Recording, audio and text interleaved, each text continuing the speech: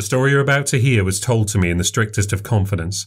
Certain names, dates and locations have been changed to protect that confidence. Events that feature in this story may be part of the public record. If you believe you recognise any of the people, places or events that appear in this story, I ask you not to reveal any information publicly, out of respect for the subject's right to remain anonymous.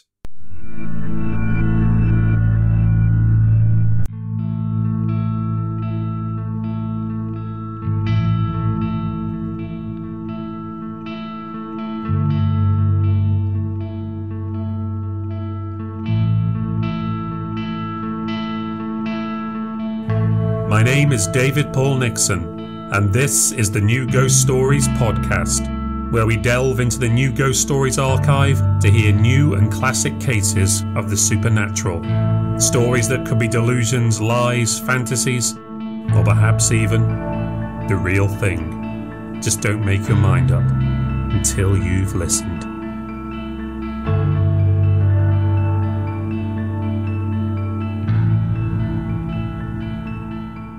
One of the many things I've learned while researching and recording these new ghost stories is not to take things at first value. I've met a lot of different people during the years I've been working on the project. People of all ages and all backgrounds. Some people who are open, easy and straightforward to deal with. Some who were much more challenging. People whose pain and scars were closer to the surface, or just out there in the open. I'd like to say that I walked into all these encounters without judgment, but I'm not without my biases, and I'd be lying if I denied that those didn't play a part in the way that I listened to and evaluated many of the claims and accounts that I've heard over the years. There have certainly been occasions where caution was appropriate, those cases where I was dealing with someone with, say, addiction problems or mental health struggles. But there were people who I'm sure I judged too quickly, people who found it difficult to communicate, people who were anxious or uncomfortable, some who were just eccentric. It's hard to know at this point whether I turned down any cases which might have been promising, based on some of these biases, whether the conclusions I drew were tainted by assumptions rather than just on the dispassionate facts. It's something I believe I've got better at over time. Time and time again I've found myself surprised by people, forced to empathise with subjects who are not, at least at first, easy to understand or warm to, but whose stories, whose personal struggles, I couldn't help but respond to and sympathise with. Everyone whose story is featured on this podcast has been tested in ways that most of us never will be. They've gone through things, real, imagined, or somewhere in between, that I can never truly appreciate what it was like to go through. I won't say that every one of them was necessarily a good person. There have been contemptible characters on this podcast. Some people who have committed terrible crimes. But there are many who have shown incredible strength and overcome considerable adversity. People take time to show who they really are. It's not cut and dry. And while we can of course make judgments about people based on what they say and how they behave, what counts most is what people do, and indeed what they choose not to do. I don't want to say any more than that. I'll just get straight into this month's case. It's called Clean Me. It's New Ghost Stories case number 456, and you can hear it in full after these messages. Just a quick reminder, there is an extra bonus episode over on my Substack, a reading of Graham Greene's horrifying A Little Place Off the Edgware Road. You can hear that by visiting newghoststories.substack.com. I also recently discovered that the Q&A section on Spotify existed, so I want to thank you to all the people who have left comments there. I have seen them and they have all been published. And now, on with the story. I wasn't expecting Keith to show up in the afternoon, and my first thought was that I was in trouble. Keith showing up anywhere is bad news. Him showing up unexpectedly is even worse. Need to talk to you for a second, he said, and he looked serious. Part of Keith's thing is that he's always joking around, trying to be funny. Something really was up. I dropped my tools and walked over to his filthy white van. What time was it yesterday when I saw you at the Polish lady's? He asked. I don't know, 11:30 maybe? And Luke was there, right? Yeah. How long was he there for? After that, I said slowly, I'm not sure. Not too long. 5 minutes, 10 minutes? At most. Was she giving him money? That's when I knew some shit had gone down.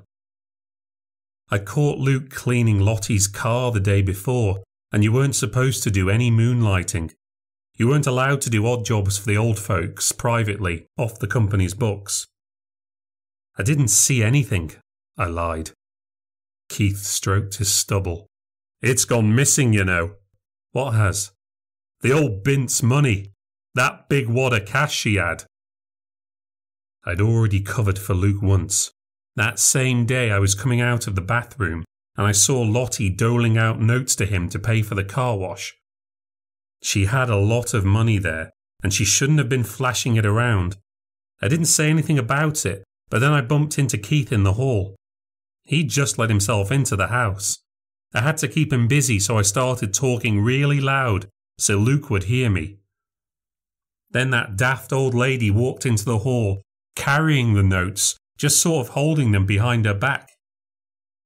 Lottie didn't like Keith any more than the rest of us, but she couldn't resist the chance to complain about how long all the work was taking, even while holding all this cash. I saw Keith watch her as she went into the bedroom with it. It's really rare to see people with that much paper money these days.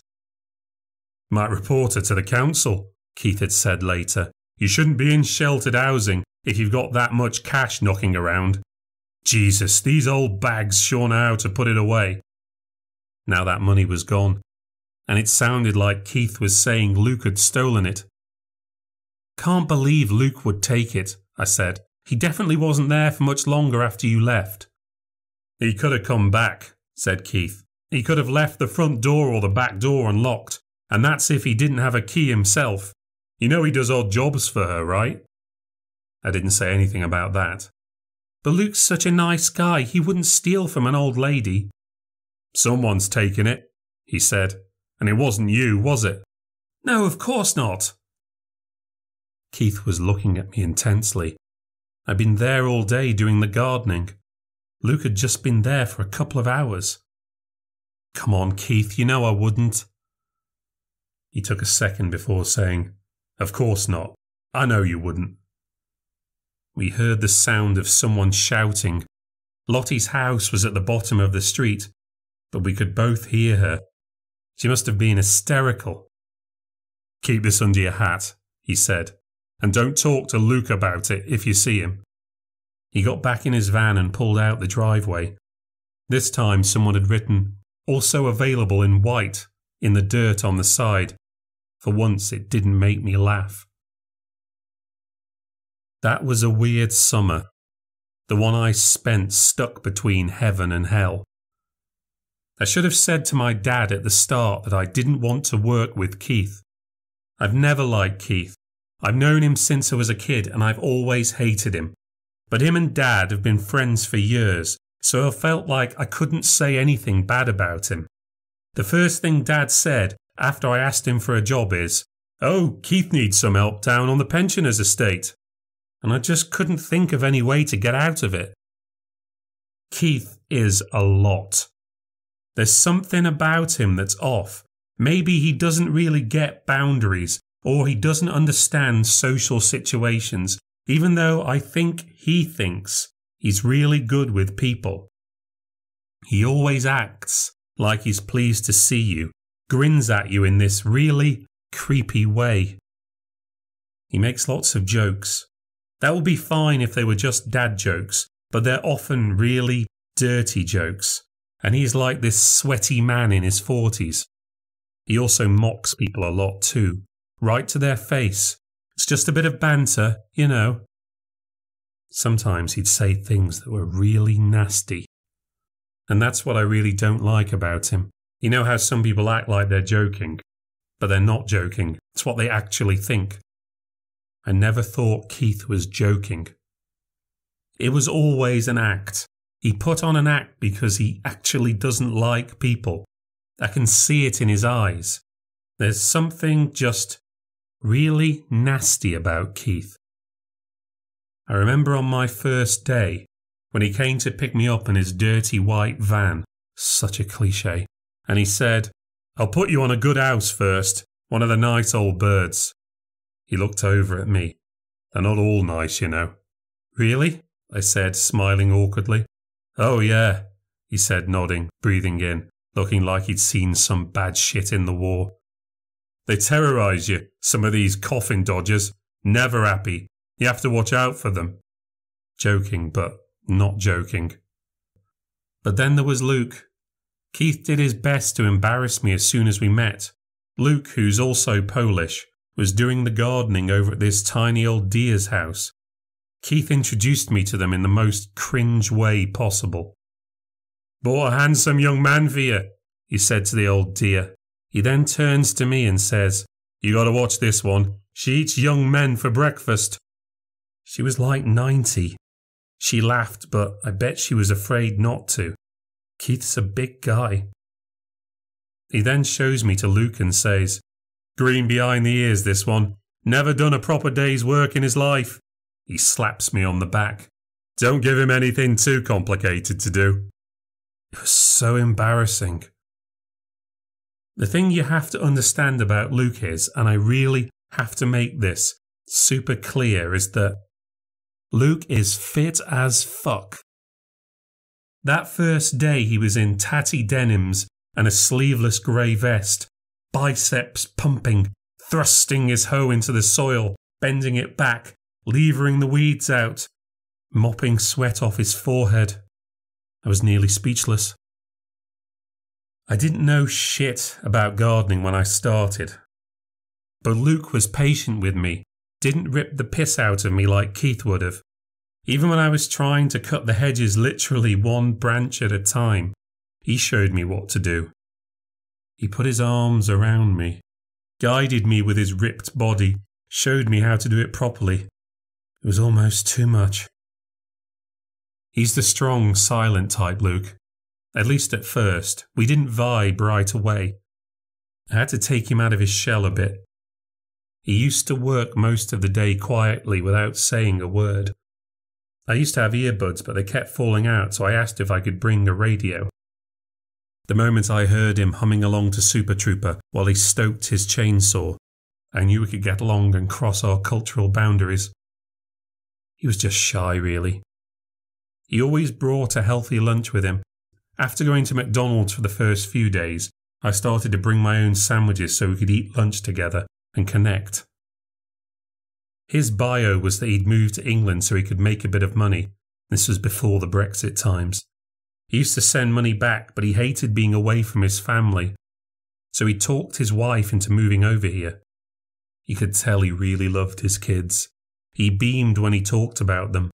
One was 6 and had been diagnosed as dyslexic, so he was concerned he might start to fall behind. His youngest was about to start school, so his wife was going to start working, and hopefully that would pay for extra tuition. But he was worried for his youngest too because he was already starting to forget Poland and wouldn't speak Polish to Luke unless he forced him to. He loved England when he first came here, but now his family had settled, all he could do was think of home. He'd take his family on day trips to English villages at the weekend because they'd remind him of the small villages where he grew up. His kids had got bored of this, so he'd started to take them to castles instead. But British castles, he said, were mostly ruins. Poland has lots of stunning forts, and he took me through tons of pictures on his phone. He was a sensitive guy under his tough exterior. But he was hetero. He would never be mine. Best I could do was to stare from afar, watch while he bent down to pick up his clippings, or wrenched plants out of the soil with his fork. I had a thing with an estate agent from Bicester that summer, but I was always thinking of Luke. And when each day was over, Keith's van would still be there waiting, ready to drag me away and take me home.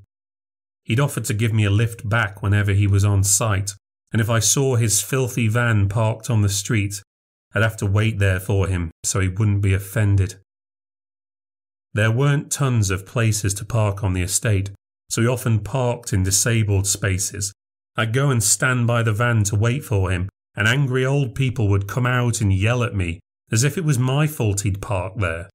Keith used to say to them, "I'll just be here for a few minutes, mate. I'll be back in a minute," and walk away quickly, knowing they'd never be able to catch up with him.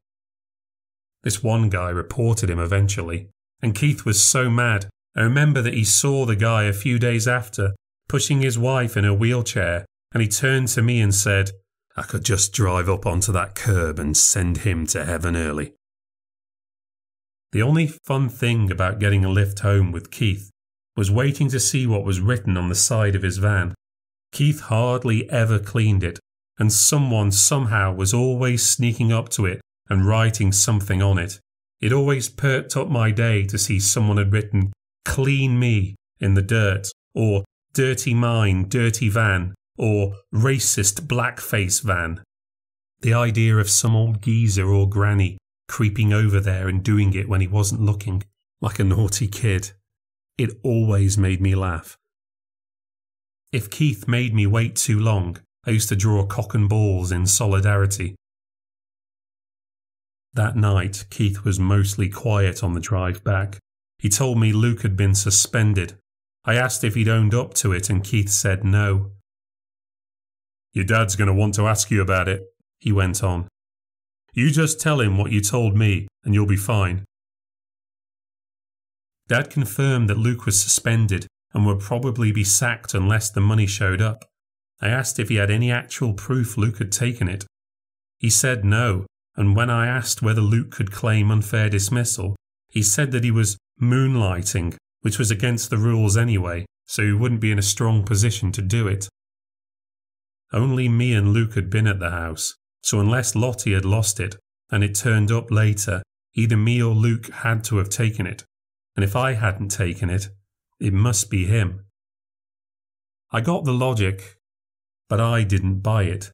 I just didn't think that Luke was a thief, and he hadn't been there for long after I'd left, so he wouldn't have had time to steal it, would he? The next day I was mowing the lawn a few houses away from the Polish lady, Lottie, and I saw her talking to Bruce, one of Keith's goons. I knew they were talking about Luke because she always talks like she's shouting. Then she went quiet all of a sudden. I looked over and saw she was throwing shade in my direction. Lottie liked Luke a lot. They could speak Polish together, but he also used to wear a small silver cross. Lottie was a Jesus freak and had a little shrine in her conservatory with a big cross, statue of the Virgin Mary, and photos of all the recent popes stuck on the wall. Lottie had taken against me from the start. Maybe because I'm gay, but also because her garden was badly overgrown from the start, and someone should have taken care of it earlier. That wasn't my fault. I don't control the scheduling, but all I got from her was hate. I had to spend all day gardening in the rain without even a hot cup of coffee after. Luke said if I wanted her to be nice to me, I should agree to go to church with her. She was always asking him about his faith and which church he went to, even though he wasn't really religious. He just wore the cross because it had been a present. He was starting to run out of excuses to tell her. Maybe if I'd gone over there, sworn on the Bible that it wasn't me, prayed for forgiveness for not starting the garden earlier, perhaps she'd stop staring at me. I was getting frosty vibes from the rest of the crew too. They all probably thought Luke was taking the fall for me. I was the boss's kid, so they had to cover for me.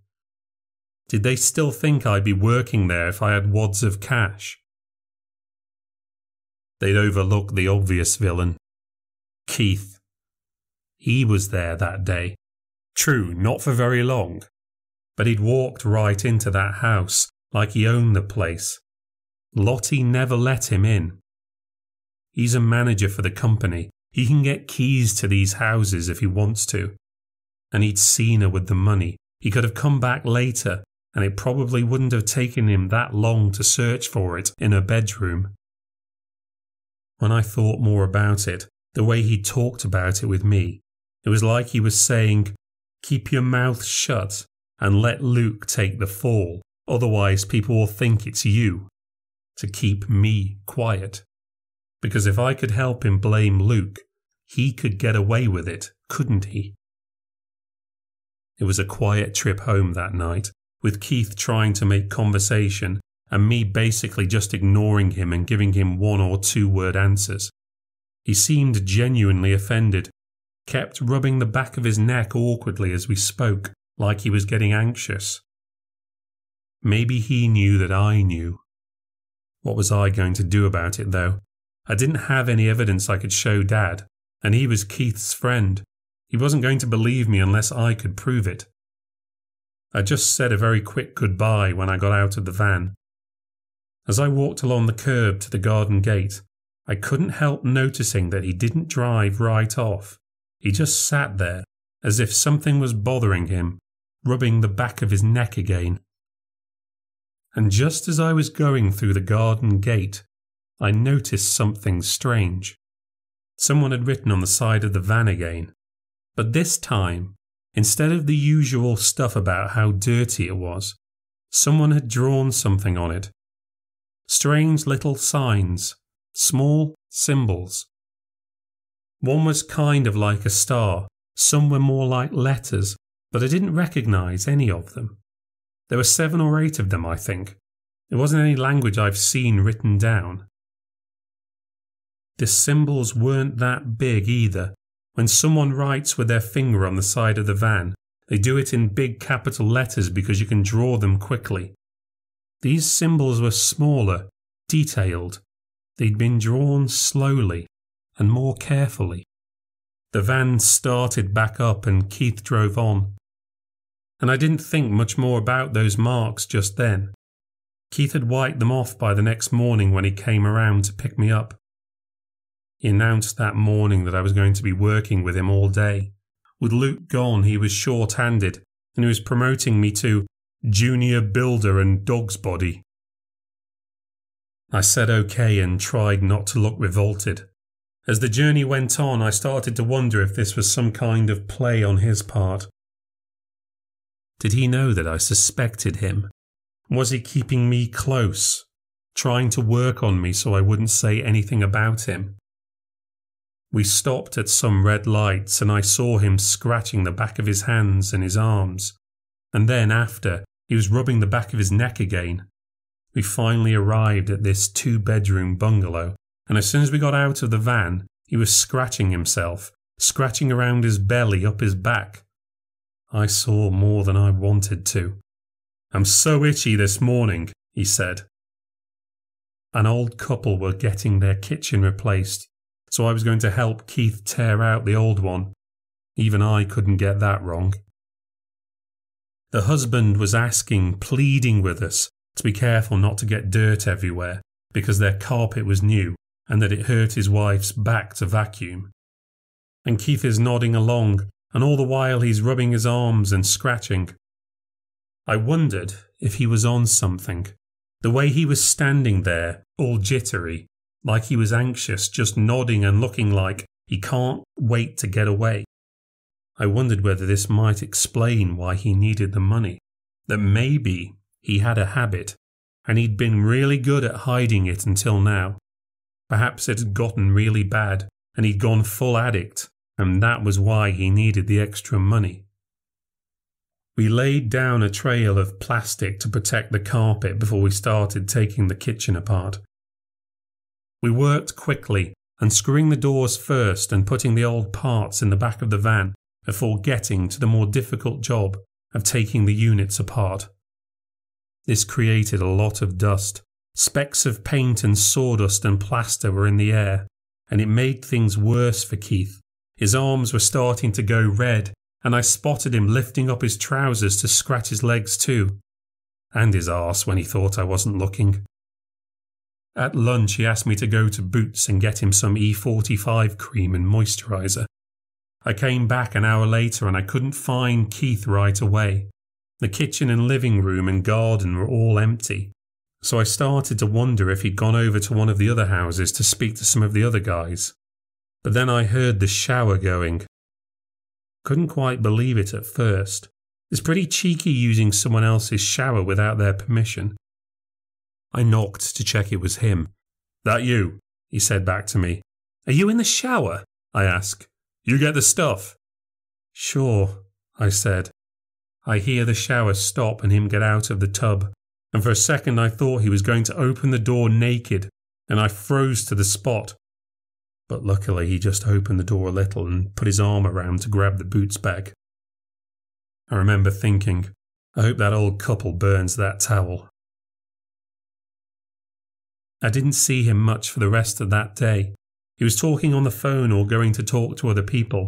He left everything for me to do. I was tired by the end, but I didn't look as bad as he did. He was looking so sore now, and he was still squirming, shifting around in his seat while he was driving. I was worried he wasn't paying attention to the road. "Might have to go to the doctor's tomorrow for this skin thing," he said, scratching under his shirt. "Yeah, I'd do that," I said, desperate for him to put both hands back on the wheel. What he didn't say was that he wasn't going to pick me up the next morning. That next day I stood waiting for over half an hour before I had to beg Mum to drive me in. I think she must have told Dad because while I was cutting my lawns he showed up and asked me if I'd seen or heard anything from Keith. He'd been trying to call him all morning. He was supposed to attend a meeting at the office, but no one had heard anything from him. I told him Keith had said he might be going to the doctor's, but that didn't explain why he wasn't answering his phone. I said it was just about a thing with his skin, but Dad started to get really worried. Keith is tied to his phone. He always gets back to you. Nothing had been heard at all from Keith by the afternoon. Just as I'm about to knock off, Dad decided he's going to go over to his place and makes me go with him. It's about a 30-minute drive away and his flat is above a laundrette. Dad parks up in a yard behind the store, which has a really nasty smell coming from a couple of the skips there. Just the sort of grotty place I imagined Keith living in. He headed up some steel steps and we walked along this landing until we got to a black door. Dad tried the bell and knocked loudly. When Keith didn't answer, he bent down to shout through the letterbox, "Keith, you in there?" There was still no answer. "Perhaps he's just gone out," I said. Dad tried his phone again. We could hear it ringing from inside. Outside his door, Keith has one of those plastic Victorian lamps. Dad lifted the pointed top off. There was a spare set of keys blue-tacked inside. He pulled them out and unlocked the door. We both felt it right away. The air is damp, and the carpet is soaked with water. Dad went into the flat, shouting, "Keith, you here?" He found Keith's phone face down on the living room carpet. "It's coming down the stairs," I said to him. The staircase carpet was very dark. It was wetter than the rest of the hallway carpet.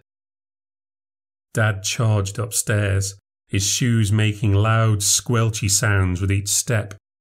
I went up after him but stayed a few steps behind. On the landing we can hear a noise. It's this buzzing noise. There's a buzz sound for a few seconds, and then it stops with a clunk, then another clunk, and another, and then the buzzing starts up again. It repeats itself, buzz, then clunk, clunk, clunk. The bathroom door isn't quite closed. Dad went to push it open, and as I go after him, I see water pouring from the bathroom floor and onto the carpet. The water is a pinkish colour. I can see the bathtub as Dad opens the door. It's overflowing with water. It's the shower making all the noise. It was burnt out. It buzzes while trickles of water fall from the head, and then it clunks as it seizes up before trying to do its job again. Dad turned and put out his hand to block me from coming in. He shouted at me, "Don't look! Call an ambulance!" I went back onto the landing to make the call. I heard a squealing sound from the bathroom, so I ducked into one of the bedrooms. After they pick up, I realise I don't know Keith's address, so I had to run downstairs to see if I can find a letter with it written on. They said they'd be there in 10 to 15 minutes. I end the call and everything seems quiet again. I walked to the bottom of the stairs and looked up. That's when I heard a scream. "Dad?" I said, but not too loudly. I was shitting it. I walked back up the stairs slowly, shaking really badly. There was another squeal as I reached the bathroom. I can see that Dad is on his knees, kneeling in the water. There are smears of blood around the door handle. I didn't touch it as I pushed the door open further. Dad was holding a hand over Keith. He wanted to put his hand on him to reassure him, but he was too afraid to touch him. Because Keith was red raw. He looked like meat, Dad said. "It's okay, mate. The ambulance is coming. It's on its way." Keith was beneath the sink in the fetal position. He was shivering. His blood was colouring the water. There were thousands of plucked hairs floating around him, and long, thick, curling strips of human skin. "I can't get clean!" Dad's not the kind of guy to get worked up about things. He's a fixer. He thinks that you can fix everything if you know the right people and if you have the right tools. The look on his face that day, he did not know how to deal with that. I didn't like Keith, and I was pretty sure then that he'd stolen that money.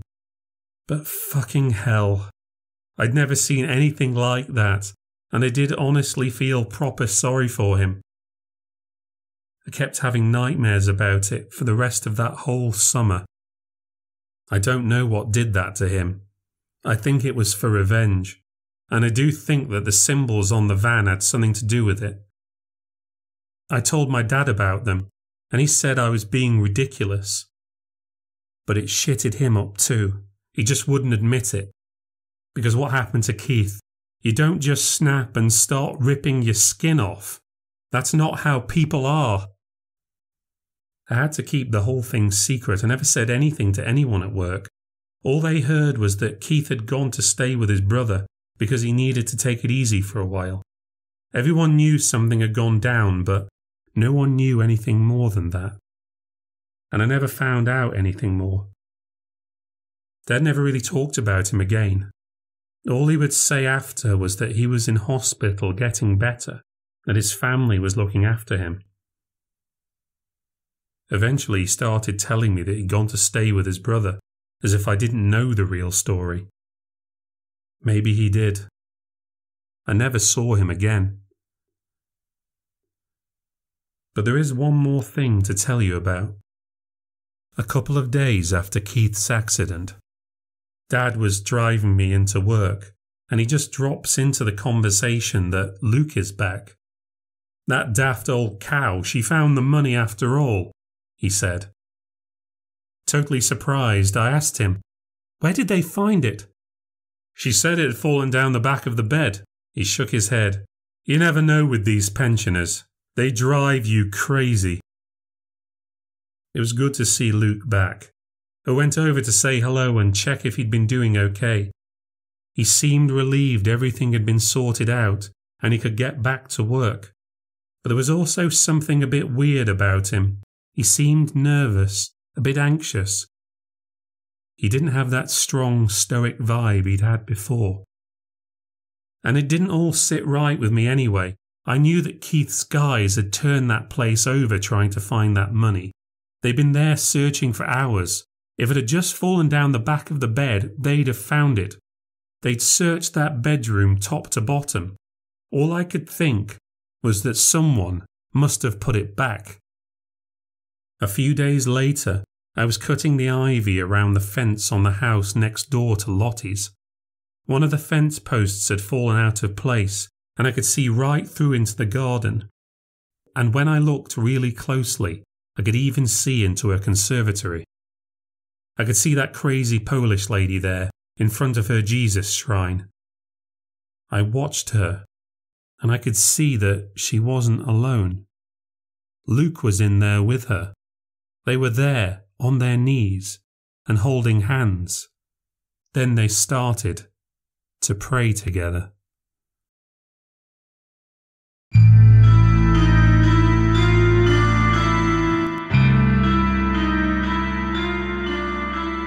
Thank you for listening to the New Ghost Stories podcast. If you've enjoyed the podcast and want to support what I do, please like, comment or leave a review on any platform and subscribe to hear future releases. You can also support the show by becoming a patron and visiting patreon.com/newghoststories. The show is written and produced by me, David Paul Nixon. If you'd like to read more from me, visit my Substack, newghoststories.substack.com. And you can also find me on Instagram, Threads, Mastodon, Facebook, and the website formerly known as Twitter, @NewGhostStories. Next time on the New Ghost Stories podcast, be careful what you eat this Christmas.